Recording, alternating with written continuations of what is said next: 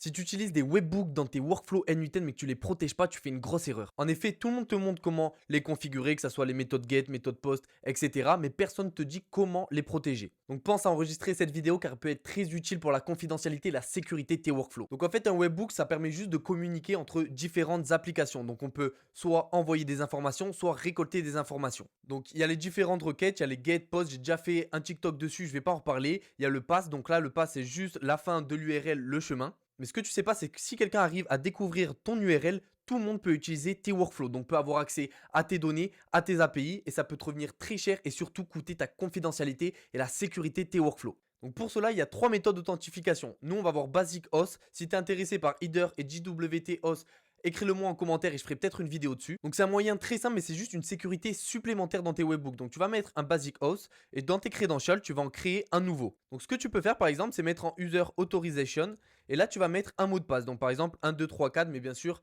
tu peux faire un mot de passe beaucoup plus compliqué. Donc en fait, avec cette simple configuration, ça permet d'ajouter une étape supplémentaire de sécurité parce que même si quelqu'un appelle ton URL de webhook juste ici, s'il ne met pas dans les entêtes, dans l'authentification, ce qu'on a mis, donc autorisation 1, 2, 3, 4, il ne pourra pas avoir accès à ton webbook. Et ça, c'est très important parce que si c'est pour tes données d'entreprise, il faut vraiment que tu fasses attention à la confidentialité de ton workflow. Et si tu implémentes l'IA pour ton entreprise et que tu veux vraiment être attentif sur les problèmes de confidentialité et de sécurité, écris sécurité IA et je t'enverrai un message. Ciao, ciao.